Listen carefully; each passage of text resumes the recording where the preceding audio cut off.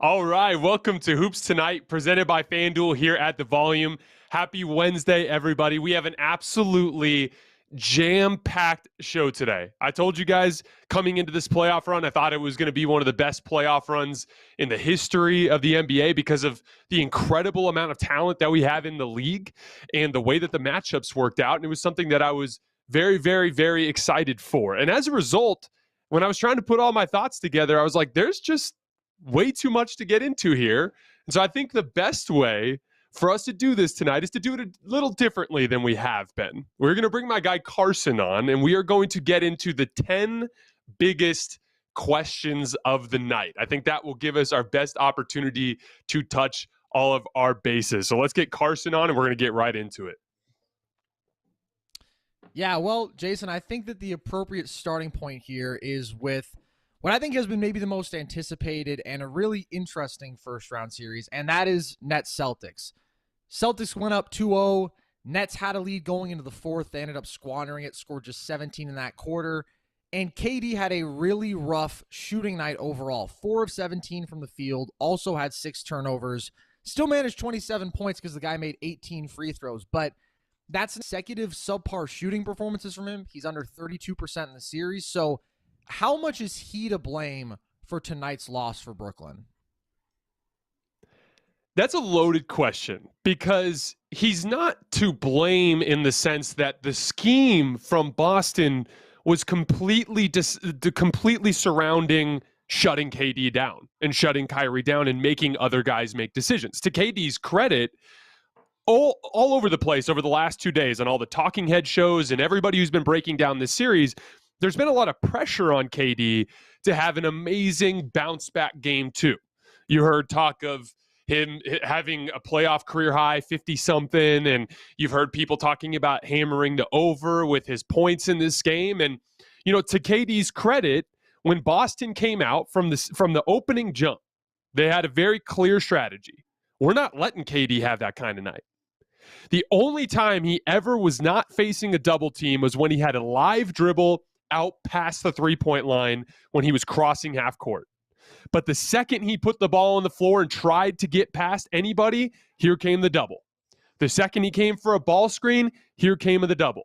Anytime he was moving around off the ball, we're beating the hell out of him on every single off-ball action. We're grabbing him, we're holding him, all the same stuff that we talked about after game one. And I actually thought Kevin Durant was magnificent in the first half at not buying into that pressure to try to produce offensively as a scorer, but just playing basketball and taking what the defense was giving him. And Jayson Tatum actually really struggled in his first shift in the first quarter with that exact same problem. He was getting a very similar coverage from Brooklyn. There were 4 stars in this game, right? Kyrie, KD, Jayson Tatum, and Jaylen. And Kyrie, KD, and Jayson Tatum were all facing that same coverage. Just crazy sellout double teams every time they got the ball with any threat near the basket. Basically, as soon as they would get inside the three-point line. And to start the game, Jayson Tatum was pressing and forcing and driving into traffic and just throwing stuff up at the rim instead of making the right reads. And meanwhile, Kevin Durant was just playing basketball and making those right reads. And as a result, the Nets got off to a really good start. But as the game progressed, Jayson Tatum finally settled down and started taking and making the right reads as the game was progressing. And then in the second half, Boston, so I would attribute it to 2 things, because Kevin Durant absolutely fell apart in that second half. He's 0 for 8 from the field. He had a bunch of sloppy turnovers. He's been mishandling the basketball in a bunch of situations, which is super uncharacteristic of a player as skilled as Kevin Durant is. But the way I look at it, there were 2 things that played a role there. One was the fact that when you're playing the role of the facilitator and you're making reads all game long, I think in the first quarter and a half, he had only attempted 4 shots. So as the game was progressing, his own rhythm was suffering as a result of his playmaking. This is just the reality of the way basketball works. One of the advantages of double teaming a star and getting the ball out of his hands is he's going to struggle to get the rhythm when he does have opportunities to score.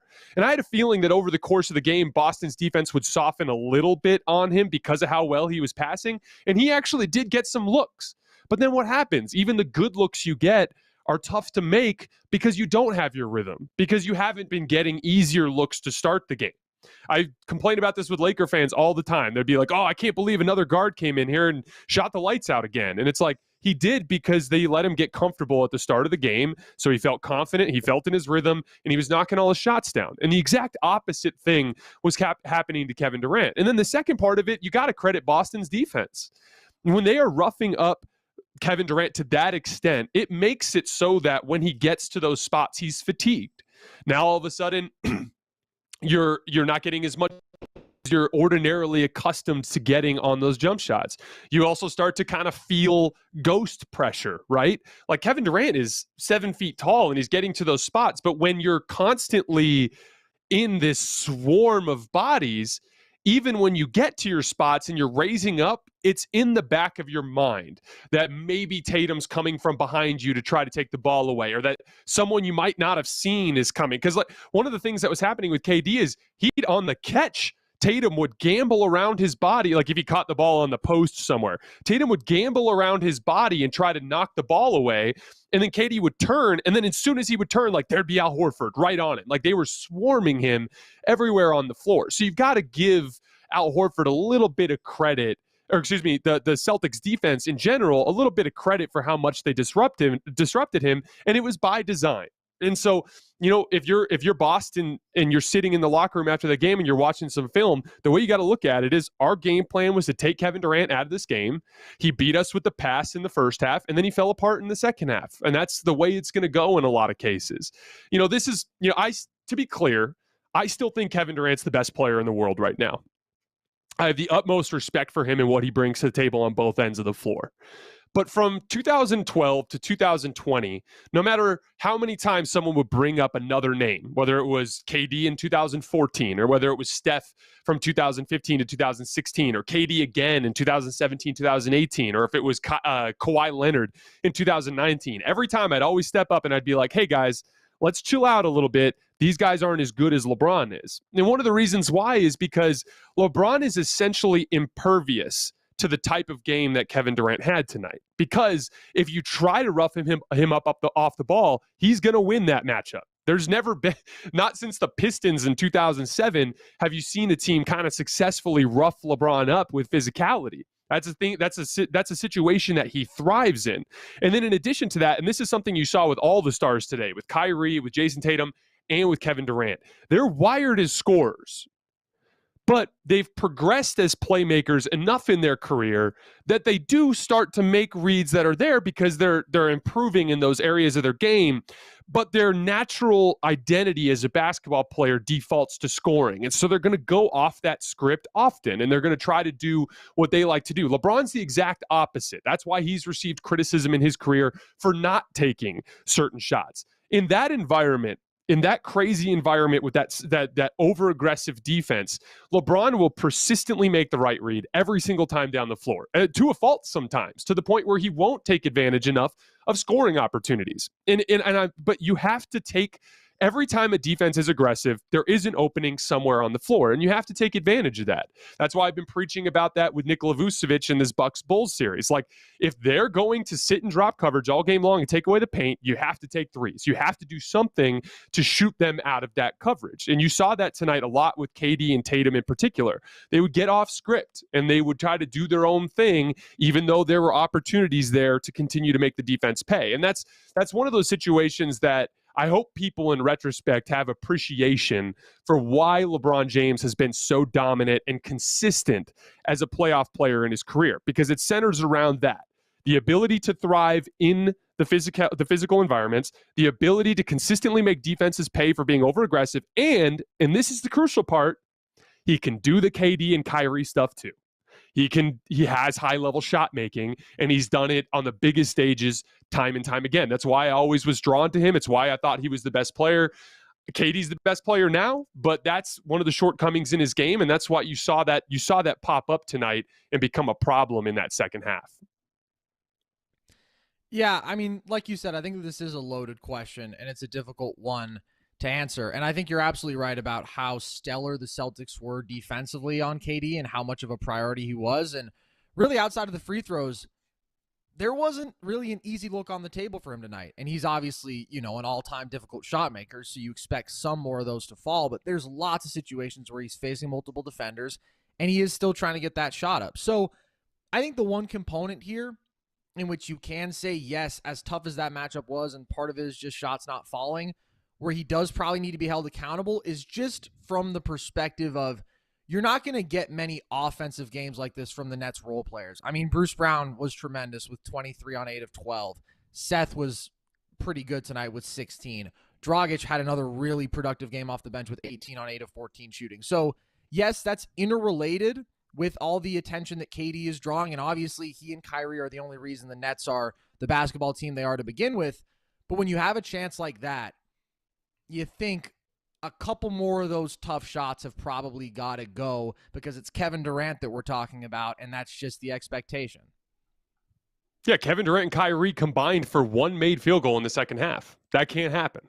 Now, regardless of how you feel about Boston's defense, which we'll talk a little bit more about in a second, regardless of how you feel about that, they simply have to be better. And I actually thought KD got a handful of decent looks in that second half that just weren't even close, leaving him short, missing left and right. And that, again, I think it was just a weird night. It was a weird night on that front. Both guys just had really, really rough nights. Mention it. We gave KD's numbers. Kyrie, 10 points on 4 of 13 shooting.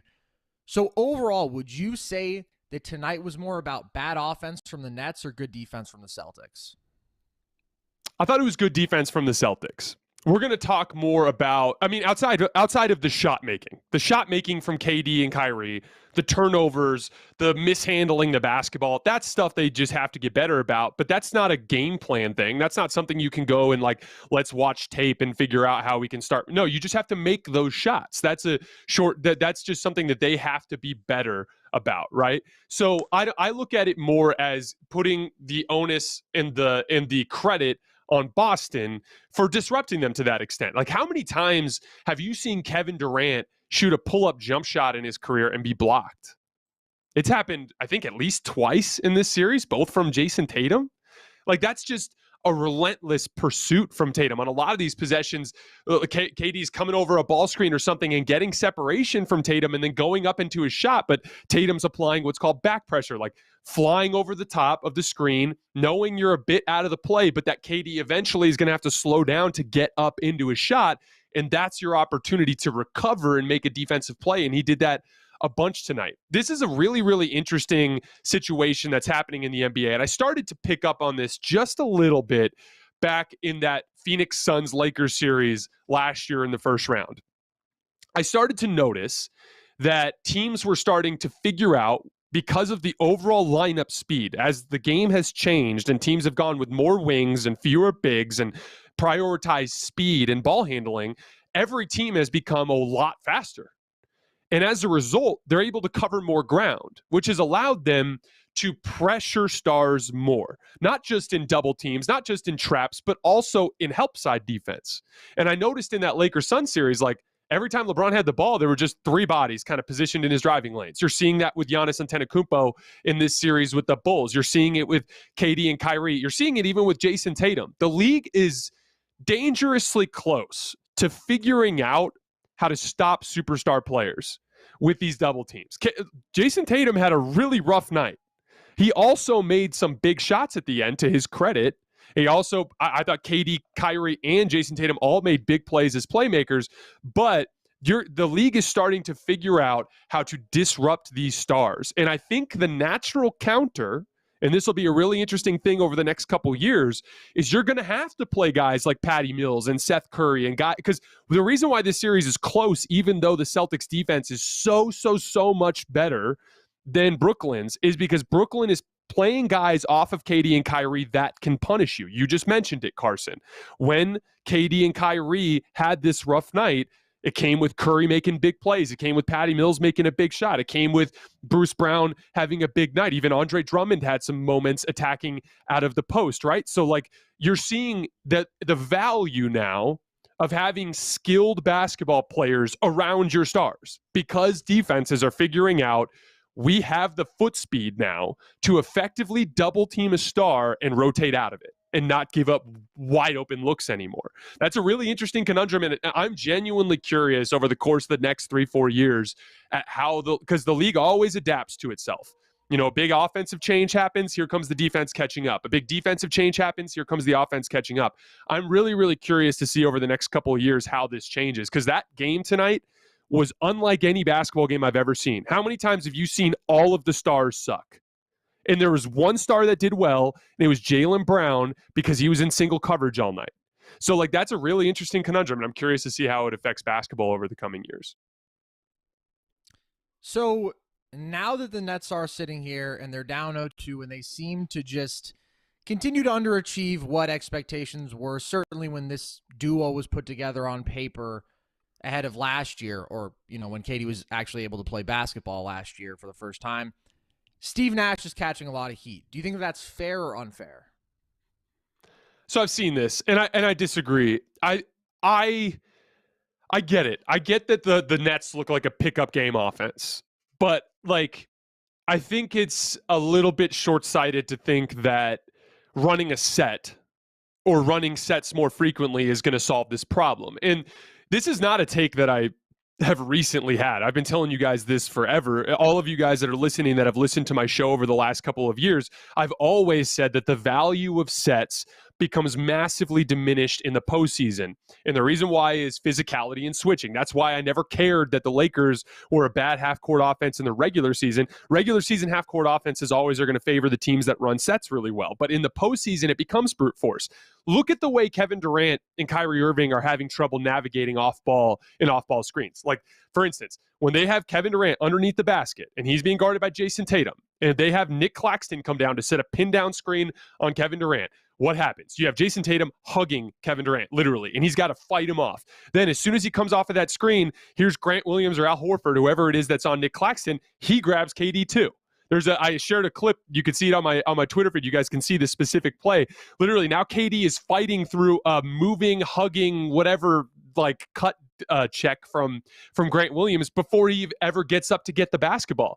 Like, that's what it's like trying to run actions in the postseason. I'm not saying that you can't do that to some extent, but like, the reality of the way postseason basketball works is it's such a shit show off the ball with the physicality that sets don't work. Not to mention with scouting, if you have a set that's working, by the time you get to the next game in the series, all of a sudden it won't. So like, for me, where Steve Nash has to figure this out is he's got to figure out floor positioning, where guys have to be on the floor so that when KD gets doubled, so that when Kyrie gets doubled, you can make quick decisions out of it and easily compromise the defense. So it's less about sets and more about floor positioning, finding spots on the floor that a guy can be a threat, so that when Kevin Durant or Kyrie makes an easy pass out of the double team, it's a quick, bang, bang read to get an easy shot out of it. That is Steve Nash's job over the course of the next few games of this series. I don't think it has anything to do with running sets. So I disagree with some of the criticism that's been thrown his way there. I think the Nash dynamic is an interesting one, because I totally agree with your fundamental point there. And I would argue that that's a lot more true even when you're talking about the devaluing of sets, when you have two of the greatest isolation shot makers of all time. And it's like, yeah, you entrust your best players with the keys to just go make plays and create your offense consistently. I will say, though, I don't know that there's much that I think Nash does exceptionally well as a coach. I think that it's obviously tough to get inside like any team's culture, but there's been a lot of weird stuff going around the Nets. And sure, he has had to balance some of the wackiest personalities the league has. And yeah, they've been able to reach a higher level defensively in the playoffs when it matters most, but I don't know how much to attribute that to him versus just the players being more engaged. I would lean towards the latter. So, like, what do you think on that front? Like, I agree with you in that he's not actively, hurting them in terms of offensive scheme and whatnot, but like, do you think Steve Nash is a good coach? It's hard to say, man. He's got a really tough job, but I've always thought that specifically with veteran teams that are laden with superstars, it's primarily more important for a coach to coach up the defensive end of the floor. This has always been the way that I've felt. Like, you can't bring a super smart, young, ambitious, offensive-minded coach that loves to run sweet motion offense and put him in a room with Kevin Durant and Kyrie Irving. Those guys are going to shrug that dude out of the room. Like that. That's just not a realistic approach. Like, I feel like Nash's job is more to manage personalities, manage late game situations like timeouts and drawing up specific sets for very specific scenarios at the end of game, and then the defensive end of the floor. And I'll give you guys a very quick example. And this is an example of a set that works really well in the postseason. Take advantage of where the defense is throwing extra attention. In game one, in the second to last possession, Ime Udoka knew that the Nets were overplaying Tatum and doubling him on every single screen. So they had Tatum run way off to the left wing. We've talked about this play a few times on the show. They had Tatum run way off to the left side of the wing, and then they had Al Horford come up and set a screen for him, an off-ball screen, and Nick Claxton and Kevin Durant both followed him up there, and as a result, the paint was completely vacated, and Jaylen Brown had an easy attack to the basket, and only Goran Dragic was there on the back line. Those are the kinds of things that the Nets have to figure out now. I would do stuff like have KD and Kyrie run off-ball action out of sight, out of mind, and have opportunities for Seth Curry and Patty Mills to go to work or Goran Dragic to go to work. Do something to try to punish the Celtics for their over-aggressive defense. But this is an impossible job, guys. It is a really, really difficult job with these brute force offensive teams that rely on superstars. The coaches are more like figureheads than they are actually strategists. You know what I mean? Like, a guy like Nick Nurse has a much bigger role within the Raptors and their success than a guy like Steve Nash does for this Brooklyn team. Yeah, I think that's unequivocally. I just do think the interesting part is when you highlight his fundamental responsibilities, I just don't know that he's done those things particularly well. Like personality management, his players actively hated each other. Like James Harden stopped wanting to play basketball. That's a good point, Carson. Kyrie, he didn't play a majority of the games this year and obviously is constantly demonstrating some level of discontent. So I think that you are absolutely right in that it is ultimately kind of a figurehead position. And it's just about, like, do the guys like him? Are they comfortable with him there? And as long as that remains the case with KD and Kyrie, Steve Nash will be in Brooklyn. But I don't think he's like an actively limiting factor. I just kind of shrug, and I'm not really. He doesn't have the power to do anything either. That's the issue. Like, he's not Greg Popovich. It's such a weird dynamic. He doesn't have the power over the players. Yeah. It's a very, very strange dynamic. And you make a fair point when you say it kind of is an impossible job. It's very strange, and a very strange first head coaching job too. Okay. So here we are now with the Nets down 2-0. Is there any chance they come back in this series? There's a chance, but I'm off them. I picked the Nets in 7. I'm off that pick. I think Boston's going to win this series, probably in 5 games. And I think Boston's going to win the championship. I'm all in. I'm all in on Boston. This is the best defensive team I have ever seen. I think they're better than the Toronto defensive team in 2019 because that defensive team relied a little bit too much on small guards, guys like Kyle Lowry and Fred VanVleet. Obviously, I think, Kawhi Leonard is the better defensive player than anybody on either of those two teams. But just in general, this is the best defensive team I've ever seen. And you're seeing like some of the postseason reps that all of these guys have had in Boston over the years. It's showing in their confidence. Like, Jaylen Brown has been amazing in these 2 games.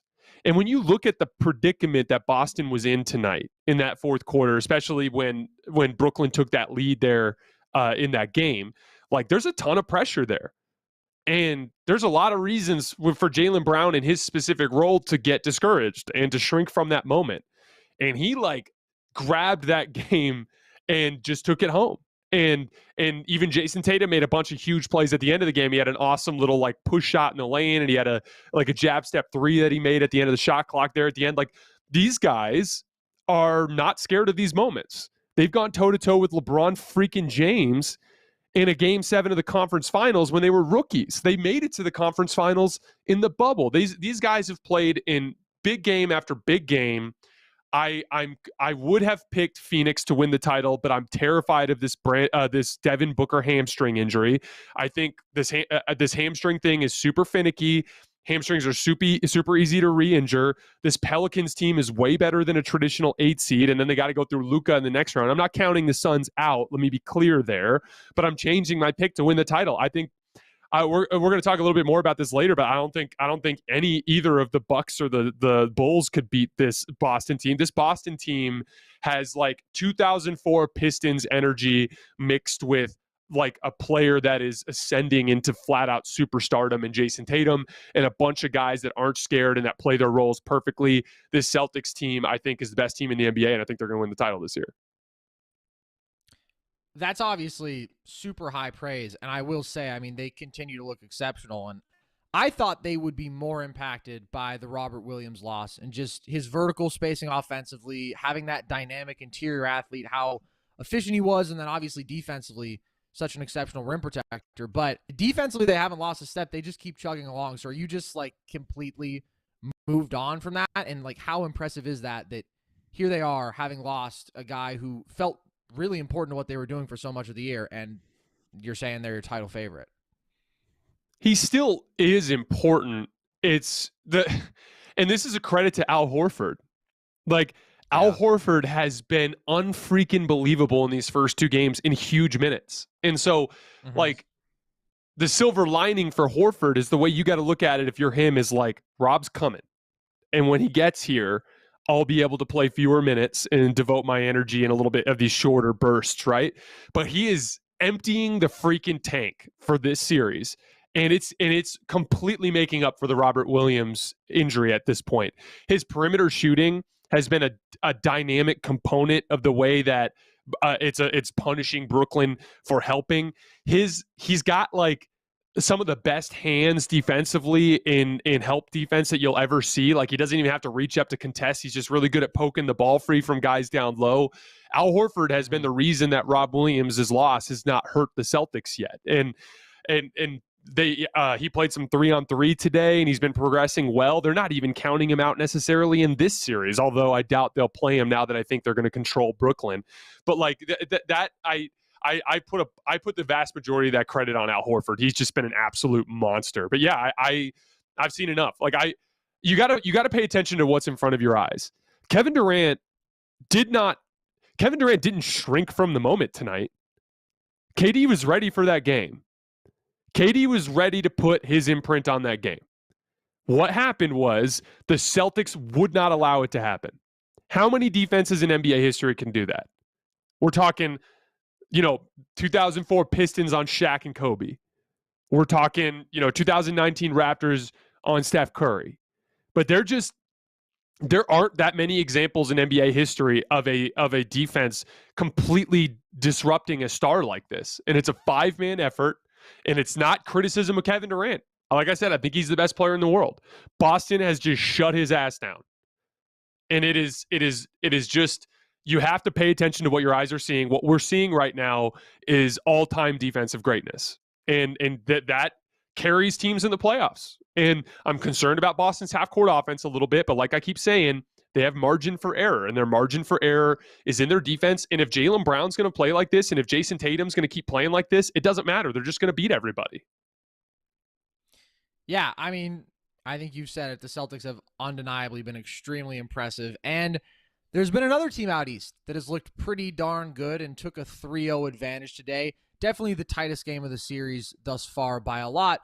But the Sixers snuck out with one in Toronto on a really remarkable, not quite buzzer beater. I think there was 0.7 seconds left, but turnaround 3 from Joel Embiid off an inbound.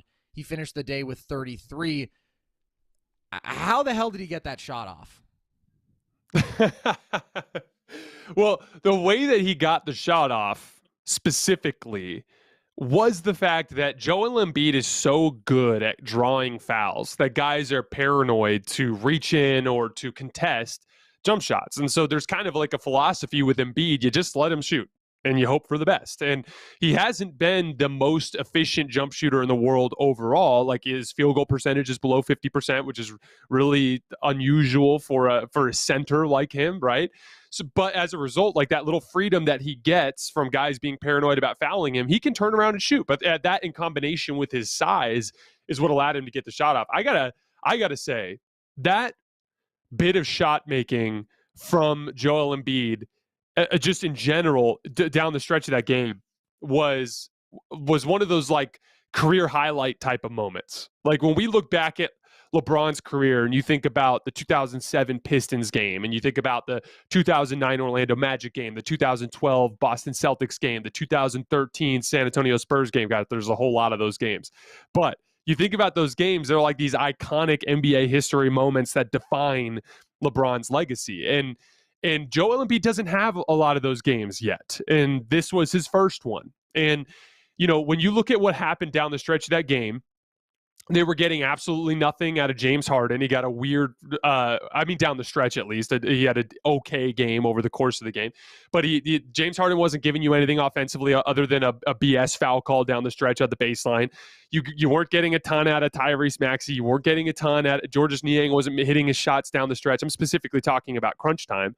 And you had a little bit out of Tyrese Maxey. Like Tyrese Maxey had a really nice play at the end of regulation where he attacked a closeout out of the right corner and hit a one dribble pull up along the baseline. That was massive. He had two huge shots in OT. He had a little reverse layup right at the start of OT where he beat Fred VanVleet to the basket with just a blur of speed. And then he had another play later in overtime where he made a really, really nice floater off the glass. But for the most part, the Sixers weren't getting anything out of anybody else offensively. And when Embiid was close to the basket, just like Nick Nurse has been doing all series, the Raptors were throwing the kitchen sink at him. And he was struggling a little bit with that, at least within the traffic. And the game really came down to rescue shots. Shots at the end of the shot clock that save your team. And it started with a couple of little jab step pull-ups that he made in the late fourth quarter. Then there was like that late shot clock towards the end of the fourth quarter. He had a late shot clock three along the left wing where he was like fading away. Shot clock winding down, just chucked it up while falling backwards and just hit nothing but the bottom of the net. And then you get into the play right before the end of regulation as the buzzer was sounding. Same spot on the floor, gets a great look, and he left it just short. It was dead on straight. When it hit the rim, I immediately started thinking about the Game 7 Kawhi shot that was dead on straight, hit the front of the rim, went right up in the air and bounced on the rim a bunch of times and went in. I was like, is this the one? And it just ended up landing short. But Joel Embiid had sent the game to OT effectively with 3 rescue shots in regulation. And then you go into the fourth quarter, in OT, he had a move on OG Anunoby at the high post that was amazing. It literally looked like Kyrie Irving. He did like a hard dribble pivot spin, like didn't even get his body all the way turned around before he shot it and put it in the net. I tweeted it out the clip because I was like, what the hell are we even watching here? I just watched like a damn near 300-pound, 7-foot-tall center hit a Kyrie Irving move in the middle of the lane over one of the best wing defenders that we have in the league at OG Anunoby. And then at the end of the game, once again, you're drawing up a timeout. There's 2 seconds left. And you just got a 7-foot guy on the floor that everyone's scared to foul that he can turn around and shoot off the wing. And he knocked it down. And what a cool moment. And the first iconic moment of Joel Embiid's playoff career. Now, it remains to be seen. The Sixers still have some issues overall. You know, I was wrong about this series. And I was actually, before the game even went to OT, I was texting you guys, the producers. I was like, I'm off this Raptors team. And there were a couple of things that I highly underestimated.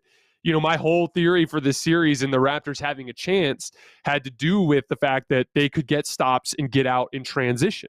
Because in the half court, we all knew their offense would really struggle. And you saw their half court offense was disastrously bad down the stretch of that game at home.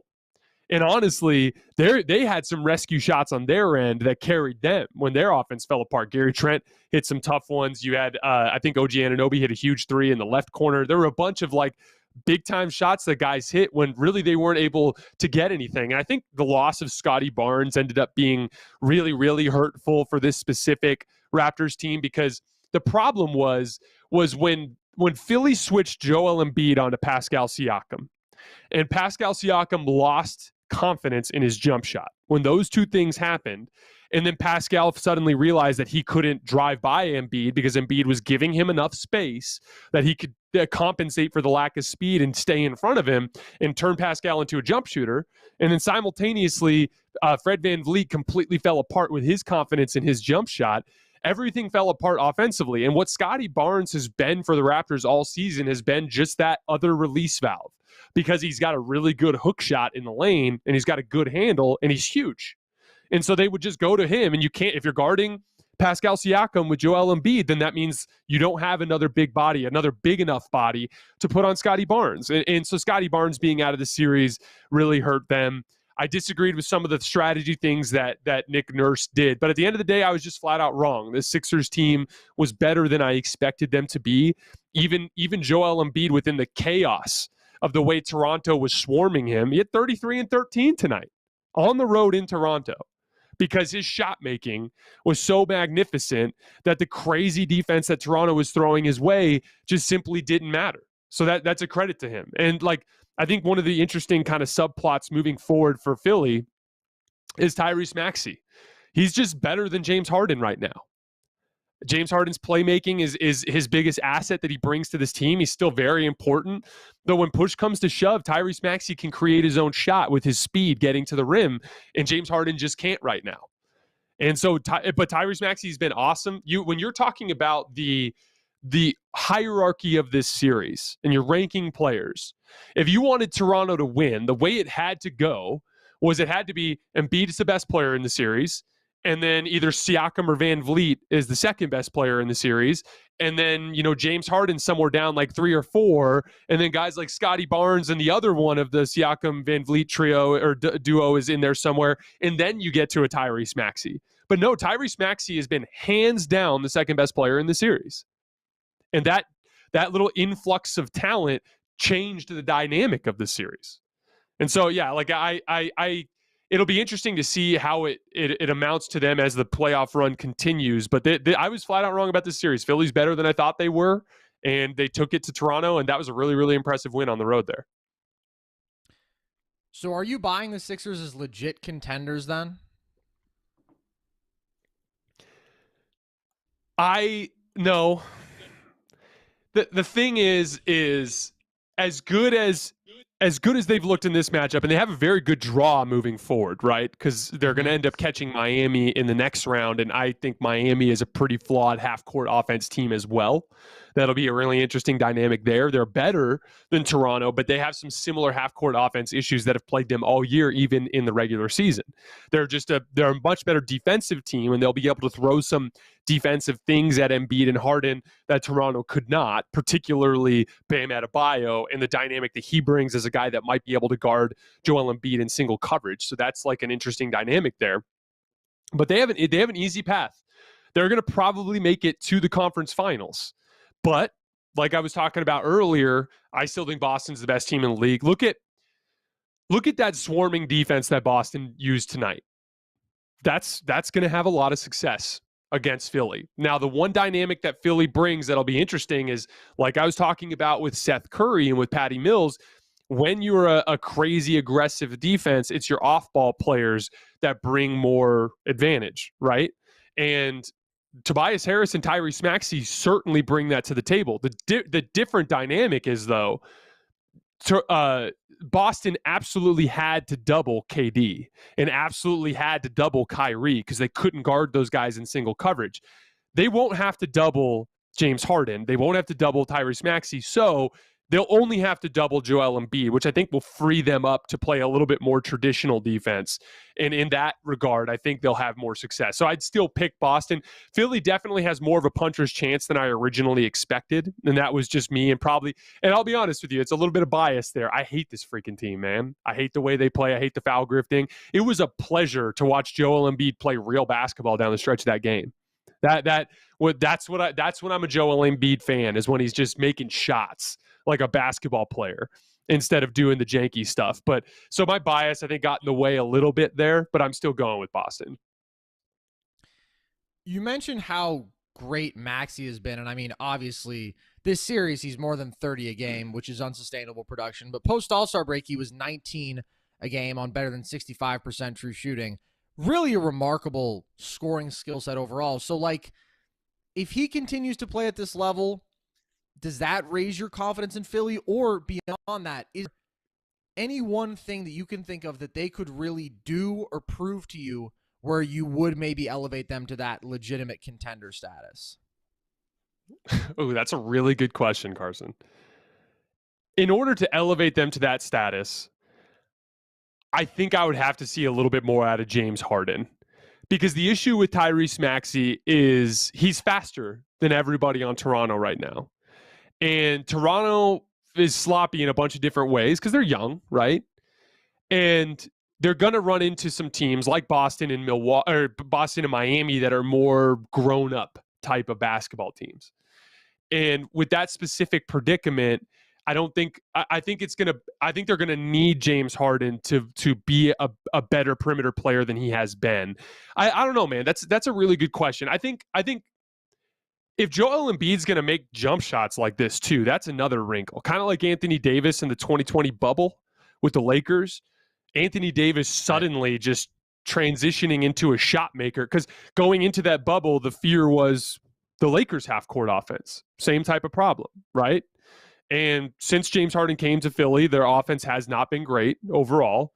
And so it's kind of a similar type of concern. But then there was just this random ascendance of Anthony Davis into a Kevin Durant-esque high post jump shooter.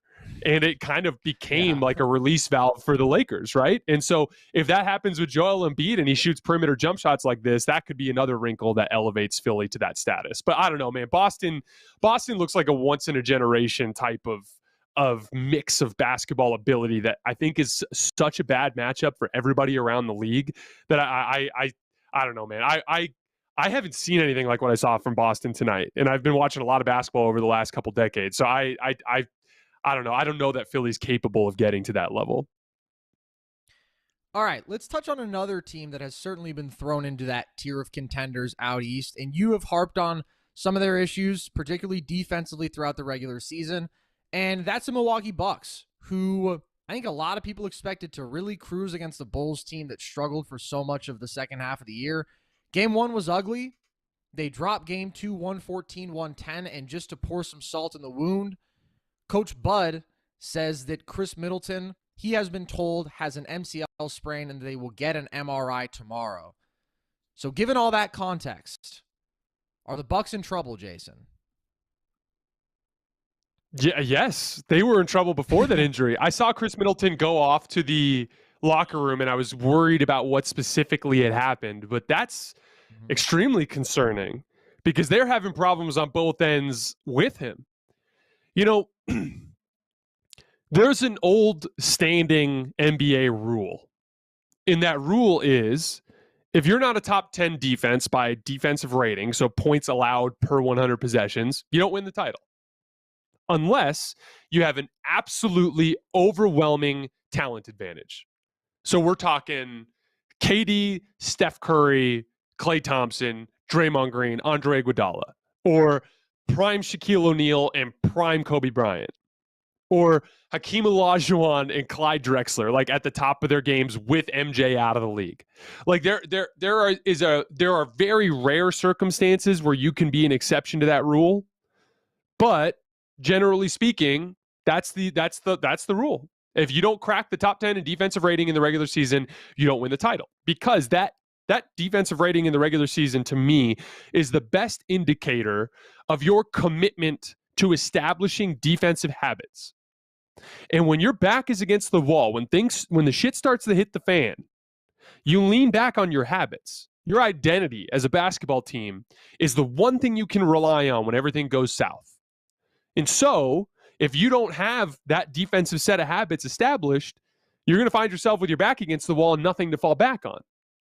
And so they've been bad on both ends of the floor. We'll talk about the offense here in just a second. But their defense has not been good. And it's jarring to watch that Boston defense in the way that they disrupt everybody all over the floor, the way they fly around in rotations, the way that they don't rely on stupid vintage coverages like drop coverages. Boston only runs a drop coverage with Daniel Tice on the floor because they don't want to have him in switches against guys like Kyrie against guys like Kyrie and Kevin Durant, right? But they're doing a ton of switching. They're packing the paint, but they're rotating around on the back end. Then you look at Milwaukee, and it's a very stubborn, traditional approach to offense, something that we've talked about incessantly over the course of this year, or to defense, excuse me. They're packing the paint for the sake of giving away those wide open jump shots. And so what happened all freaking night tonight? It was a combination of Zach LaVine and DeMar DeRozan getting to their spots and making shots. Carson, we talked about this a lot after game one of this series. DeMar DeRozan and Zach LaVine and Nikola Vucevic all had absolute nightmare game ones as shot makers. Absolute nightmare game ones. And they were right there, a couple of possessions away from winning that game. And they did it with their defense, which we'll talk about in a second. But in this game, suddenly, with pretty much the same strategy, they didn't even do as many pick and pops with Nikola Vucevic as I wanted. And when they did, every time they got a wide open shot, I simply don't understand why they don't just do that incessantly to punish the Bucks for having Lopez and Giannis camp around the basket. The one run that the Bucks went on in this game was late third quarter. And it was because they switched Giannis onto Nikola Vucevic and started running a drop coverage with Giannis under the basket. And he was blocking everything. And when he was getting blocks, he was getting out in transition. And so when teams play into Milwaukee's defense's strengths, which is just driving into the teeth of the defense for no reason, they have success. But outside of that specific situation, when they have teams that successfully drive and kick and hit shooters on the wing, and when they have guys that get to their jump shots in the mid-range, they have a ton of success. And suddenly the Bucks can't get stops. And so that takes me to the offensive end of the floor from Milwaukee, because this is the conundrum that has surrounded this team incessantly over the course of the last few years. For whatever reason, it worked out in last year's postseason run, in large part because Chris Middleton was fantastic and Giannis went extra nuclear, and their defense was better. So they weren't living in the half court all the time. But they have consistently struggled relative to some of the better teams in the league at half-court scoring, because Chris Middleton, as good of a three-level scorer as he is not a superstar, because Drew Holiday, as good of a scoring guard as he is not a superstar, and Giannis, for being the absolute superstar, top tier, on the same level as LeBron and KD as he is, still not a fantastic half-court initiator, right? And so when they get in those settings, they struggle. In game one, they won. But the dirty little secret there is the Bulls were missing a bunch of shots they normally make. And the reality was I think they only had 99 points in that game. So they were struggling to score. And you saw that again tonight. The Bucks could not get stops because Chicago was getting everything they wanted on offense. As a result, Chicago was consistently set on defense, with exception of that run in the third quarter that Milwaukee went on when they were getting out in transition, and Giannis was just putting his head down and going to the rim every single time in transition. Outside of that, they were stuck in the half court, and when they were struggling to create shots. And that's persistently going to be an issue for them. I keep telling you guys that my biggest thing that I watch with Giannis is his ability to play make, his ability to drive into the teeth of the defense and make passes consistently. Because I've never cared about his ability to knock down a jump shot outside of maybe just getting some rest in the middle of the game by settling for the sake of saving your legs. But I've never cared about that specific skill. I've always cared about just, can he make reads? Can you loosen up the defense by making passes? And he's okay at that. He's okay, but he's not good enough to be that perimeter, that half court surgeon, right? And that limitation without a bona fide second superstar next to Giannis is what kind of limits the Bucks in the half court. It always has, which wasn't a problem last year because they were so freaking good defensively. Now they are not, and as a result, they can't get enough stops to buy them the margin for error that they need to succeed in the half court. This is why I was so terrified about the prospect of Giannis ending up in Dallas with Luka, because when you put somebody with Giannis that perfectly complements his weaknesses, that also has the superstar moxie, that would have been an unbeatable combo. There was nothing anybody in the league could have done with that duo. We were very fortunate as basketball fans, for the sake of parity, that did not happen. But instead, there is a lot of onus on Giannis to be that a half-court creator. The Bucks defense isn't good enough to buy them that margin for error, and I think they're going to get beat. Suddenly, this series looks very much up in the air. I'm still picking Milwaukee, but it's a lot closer than it looks. So you've touched on the brilliance of the Celtics defense. You've touched on some of the half-court limitations with Giannis as that lead initiator. If they do get to that Boston matchup, how does Giannis fare in that matchup? So when I came to terms with the reality of the situation tonight, which is that Boston's going to beat Brooklyn, and this was before I saw Chicago upset Milwaukee today, but I do still think Milwaukee's going to win that series. I've been thinking all night about this very thing, Carson. Will it look like to watch Giannis go against this Celtics defense? And when you look at, so think specifically about what Boston did. Now, one wrinkle here is Boston's relying a lot on roughing up Kyrie and KD, and Kyrie and KD are both very thin. Okay, so that's the weird dynamic. You're not going to be able to rough up Giannis. He's going to do better in that specific setting. But the swarming is what troubles me. KD could not even put the ball on the floor half the time without having like two dudes swatting down on it. That we talked about that earlier in the show, the way that Boston was attacking him on the catch and then finding out where they'd send Tatum to one side, and then as soon as he'd pivot, here'd be another guy right in his face. That kind of thing Giannis is going to struggle with. And again, like what you're seeing a lot, like with Brooklyn is desperately reliant right now on guys like Seth Curry and Patty Mills to make plays off the ball. Bruce Brown is another great example of that, right? That's where the onus is going to be on guys like Drew Holiday and on Chris Middleton. Because Boston's the same thing to Giannis that they're doing to KD. They are going to try to just completely remove him from the series. He's going to have a little bit more success in transition because he's the biggest, strongest athlete on the floor. So he'll have more transition success than a KD or a Kyrie. He's going to have more success in off-ball pins and duck-ins, right? So like anytime that he does a quick seal under the basket, there are going to be little things like that Boston won't be able to handle. So he's going to have a few extra punches that he can throw. But the reality is there's also going to be punches from KD and Kyrie in this series as it progresses as shot makers.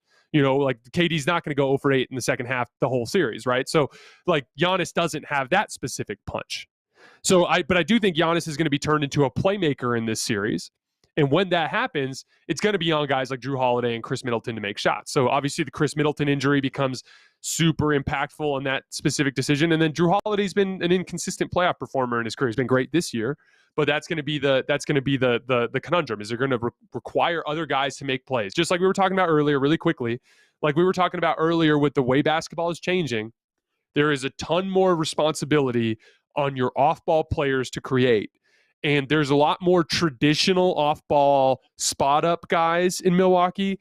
Guys like Wesley Matthews, he's not a closeout attacker. Guys like Pat Connaughton and Grayson Allen, they're not great closeout attackers. They're not the guy. They're more of a traditional old-school basketball spot-up and shoot corner threes type of guys. So like it's a completely different dynamic, and I think it's a bad matchup. And another reason why I think Boston has got the red carpet laid out for them to win this whole thing. All right, well, another element in that dynamic playing out for the Celtics that you did touch on a bit earlier is the Devin Booker injury. And we saw him obviously go out with the hamstring issue in Game 2. The reporting is now that he is unlikely to play in Games 3 and 4. And like you said earlier, there's always the potential that this is a lingering, potentially impactful thing. So, given that, can the Suns win the West without Devin Booker? No, not at all. No chance. There's no way they're beating Memphis or Golden State without him. This is something that I'm very concerned about for Phoenix's sake. There's not even I would still pick the Suns to beat the Pelicans without Booker, but I think it's going 6 or 7 games. Like, if Devin Booker doesn't play in Game 3 and Game 4, which he's basically been ruled out of those games, the Pelicans are getting one of those on the strength of their home crowd and their athleticism, most likely. So it's coming back to Phoenix 2-2. I would expect the Phoenix Suns to be able to win Game 5 in Phoenix, and then Chris Paul, Game 6, chance to close out. I would probably pick Phoenix there. But moving forward, as we progress through this playoff run, it doesn't get any easier, and more than likely they'll end up losing to someone like Golden State or Memphis. So this is where the hamstring thing gets tricky. So Devin Booker's dealt with a bunch of hamstring injuries in his career. Back before the Suns were really relevant, that was like his most common injury, at least from what I remember anecdotally. And like there was that footage that went around on social media after that game. You see him pull up after trying to block Jackson Hayes on that transition run out dunk, and he kind of slaps the ball at Chris Paul, mutters something to him. Chris Paul immediately turns to the ref and calls timeout. Walks over to the bench, sits down, slaps the hell out of the chair, and looks utterly dejected. And then at another timeout, you literally see Jay Crowder ask the question. If you're a lip reader, you hear him say, like, you pulled it? And you see Devin Booker nod, and you see Jay Crowder kind of like shake his head and walk away, right? All dejected like. And so some of this reporting around this feels overly optimistic. Again, I don't know anything other than what I've seen, but like, a pulled hamstring, like Devin Booker, if he thinks he pulled his hamstring, he's going to be out a little while. It's the reality of it. Hamstrings are one of the weirdest injuries for re-injury. I've pulled my hamstring one time, and it was the year before I started playing in college, and I re-injured that thing twice before I gave it the requisite rest. Came back in 1 week, immediately pulled it again. Came back like 2 weeks later, immediately pulled it again. And I was like, I'm not going to let this happen again. So I sat out like a month, and then I was fine. But like hamstring injuries are extremely finicky. And so like there's a very realistic chance. Like, would you be stunned, Carson, if I told you that Devin Booker is going to be out for 3 weeks? And if he's out for 3 weeks, even if they manage to beat the Pelicans, they could be down 2-0 in a series in the next round by that point. So like, and even when he comes back, there's going to be a hesitancy from Devin to push himself because he's nervous about that hamstring going again, just like you saw with James Harden in last year's playoff run. Look at how limited James Harden was, basically not driving to the basket towards the end of that series because of his hamstring injury. So that it's, man, like I feel so bad for Suns fans because you do everything right all season long, and then this happens. I feel really bad for Devin Booker too, but at the end of the day, injuries happen. This is why, like, I hate when the Lakers and Suns have been trading jabs over the AD injury and the Chris Paul injury and talking shit to each other. It's like, guys, guess what? Like, you got to be lucky to win. So when you win, be respectful because understand that you probably had some luck along the way. The Suns had a lot of luck last year. They faced an injured star, I think, in every single round of the playoffs. Even Giannis in the finals was coming off of that hyperextended knee. So they got all the luck last year. And this year they're on the downside of that. But man, I'll tell you, if Chris Paul can somehow carry them for a month, that would obviously, this is the last thing I'll say about it. The Suns, I've been saying all year, are the most talented team in the league from top to bottom. Mikal Bridges is awesome. Cam Johnson is awesome. Cam Payne's an excellent backup point guard. DeAndre Ayton is a star in the making at the center position. They have a ton of talent. So the onus is going to be on those guys. Mikal Bridges is going to have to be more aggressive as a scorer. DeAndre Ayton is going to have to be more aggressive with his face-up game and with his post-up game. There's going to be a lot of pressure on those guys to kind of carry the load because on this team, Devin Booker has been their outlet, their release valve, their guy who can create his own shot. And without him, those other guys are going to have to fill that void. I think that you touched on what to me was really the key glaring things just in terms of the structure of this team is the Suns have obviously been phenomenal, dominant two-way team, impressive depth, and such balance and such a clear identity and cohesion and all these things. And like, if you look at on-off numbers, they're still statistically a good team with Booker off the floor this year. But I completely agree with you in that you have to look to those other guys now, obviously. And I don't really like the remaining Suns personnel in terms of shot creation. Like, Bridges is phenomenal because he's an incredibly cerebral cutter and a great shooter and impacts the game in so many ways without the ball in his hands. And Ayton obviously is feeding off of offense created for him. And Crowder is, primarily just taking catch and shoot threes. Like, I think that the guy they turn to for like actually initiating more offense might have to be like Cam Payne. And I don't feel very good about that. I just think without Devin Booker, who is so important to greasing the wheels of the offense in so many ways as the most dynamic shot maker and, certainly a top two guy just in terms of creating offense for himself and others, I just don't think they're built to actually overcome that particular loss. So I agree with you. I don't think that there is really any chance. I mean, with how the Warriors are playing right now, and I think, a healthy Memphis team, there's just a gap there in terms of creation that I think is really going to be too difficult to overcome if Book isn't himself or isn't out there. The campaign element is interesting. They did that a little bit in the playoffs last year. They played campaign and Chris Paul together to try to get some shot creation when Devin Booker was off the floor. I would hope, because there's been stories written about this, and I believe it, like DeAndre Ayton didn't get the Joel Embiid treatment. Not, and for the record, DeAndre Ayton is not Joel Embiid, but he didn't get to go to a terrible tanking team and do the stuff that Joel Embiid got to do when he was a rookie, which was basically whatever he wanted, you know? And Yeah. so and Mikal Bridges is kind of a similar predicament. He didn't get to be Brandon Ingram with the Lakers, where he went in on a bad team and he just got to work with tons and tons of game reps, building out the offensive ends of his game, the offensive details of his game. Again, Mikal Bridges is not Brandon Ingram. But what I'm saying is what you have to hope is that over these years, those guys have been working on some of that and that they'll be able to unleash it when they need to. And again, I'm with you. Like, it's not the strength of their games. Mikal Bridges' offense primarily comes out of attacking closeouts and in transition, right? And then, DeAndre Ayton, he'll take the occasional jab step, little, face-up shot or like a pin hook shot in the lane and stuff. But you have to hope that he has some post moves in there, because the thing is Chris Paul, with his age and his hamstring, has been known to go from time to time, right? What you have to do here is, Chris Paul can still do what Chris Paul does. He's been magnificent, in game one of this series in particular. What you have to hope, though, is that Chris Paul, when he needs rest, when he gets fatigued, that he can throw the ball to somebody else and create shots. I know Campaign, like to your point, can apply rim pressure and at least get that first rotation started, where the defense has to come over and help. And that's where the onus will be on guys like Cam Johnson and Mikal Bridges to make plays. And Cam Johnson has some scoring punch as well. He might have to get into that bag a little bit. Absolutely. I mean, all of these guys have their flashes. It's just like, they're going to have to really do it by committee then. They're going to have to do it pretty darn well. And I do think Campaign becomes really important in that equation if Book isn't out there or is not himself. All right. Final question we have here, Jason. Got to do a little bit of Lakers, because Jay Wright, at just 60 years old, announced today that he is stepping down from the Villanova job, where he has obviously been so successful for so long. Should he come coach the Lakers? Hell no. Absolutely not. I don't know how many times we have to see the college dude who goes pro. It's, this is not like a, Nick Saban / Bill Belichick type, like, guy that's young and grinding, that's failed in other places or failed in the pros at some point, that's coming back into this type of environment. No, like, this is a guy who's accomplished it all at the college level. The ambition is gone.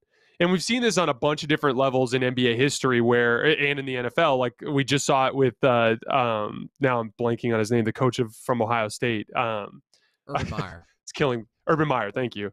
I get weird with names sometimes. But Urban Meyer going to Miami, and then you find out that he doesn't even know who Von Miller is or whatever it was. Like it's one of those things where, like, they're not grinders. And that's the problem is, for the Lakers, they've got to find a mix of established personality that has enough cachet that he can capture LeBron and Anthony Davis's attention and respect, but at the same time that has the ambition to grind still. And a guy who's coached in college for 21 years and has won national championships and has had all the stuff on his resume doesn't need that. Now, from what I understand with the reporting, he's not interested, but that's an example of a guy that the Lakers need to stay a million miles away from. It's just that, like, there was that dude who coached at Michigan who went to the Cavs for a while. Same problem. Came in, tried to run the program like a college program. All the players were super turned off by it. Walked in there like he was the big shot. NBA players, kind of like with David Blatt when he coached the Cavs. NBA players don't give a shit what you accomplished in your other gigs. They don't care what you did in Europe. They don't care what you did in college. Hell, I've seen eye-roll-ish comments from Kyrie Irving about Steve Nash in years past. And Steve Nash is one of the greatest point guards to ever play the game. So, like, NBA players are more interested in they respect very specific types of coaches. So you've got to kind of toe that line between respect and ambition, if that makes sense. Yeah, I totally agree. And Jay Wright is just such a college basketball coach, just in terms of, like, being a culture setter. Nova, he always develops players into being those really valuable, versatile third, fourth year guys. I do think he's a really good X's and O's schematic coach and gets guys to always play both ends. Like, I mean, it's really hard to find Nova basketball players who don't kind of overperform expectations in the NBA, because he just churns out, like, smart, good, versatile basketball players. But he does not feel like an NBA coach to me. Like, he's a guy who owns a program for 2 decades, run things how he wants to, isn't going to get the highest profile recruits, but is going to make those guys what they are in a college basketball context. And I agree with you in that it just doesn't feel like it would translate to the NBA. And you certainly do not want a guy cashing checks and, just clocking in and out, especially certainly not for the Lakers, given where things are at right now. So I agree. Yeah, the type of coach that would succeed making that transition is kind of like the Brad Stevens archetype. Like the guy that is still young and is ambitious, but also steps in to coach a young team. That's the key difference there. Like there were some vets on that Boston team, but they were like guys like Al Horford that were extraordinarily respectful and professional, or like a role player that doesn't really have the cachet to speak up, like a Marcus Morris, right? Like for the most part, it was Marcus Smart, Jayson Tatum, Jaylen Brown, guys that were very deferential to Brad Stevens because of the fact that, they don't have the egos yet from being in the league long enough to be like, I don't give a crap about this college coach that's coming in the room. So I'm not saying it can't be done at all, but he's certainly not the type of archetype who would. All right, guys, that is all we have for tonight. I sincerely appreciate your guys' support, like always. A wild show. There's still a ton to get into on both of these games, but with the Bucks game and with that Sixers game, I didn't get to watch the whole thing because I was so glued into that Celtics Nets game. So I need to go back and watch some film. And tomorrow night, we will get into further detail on these series as some of the X's and O's stuff. As always, I appreciate your support. We will be back after the final buzzer of the last game tomorrow night, and I will see you guys then.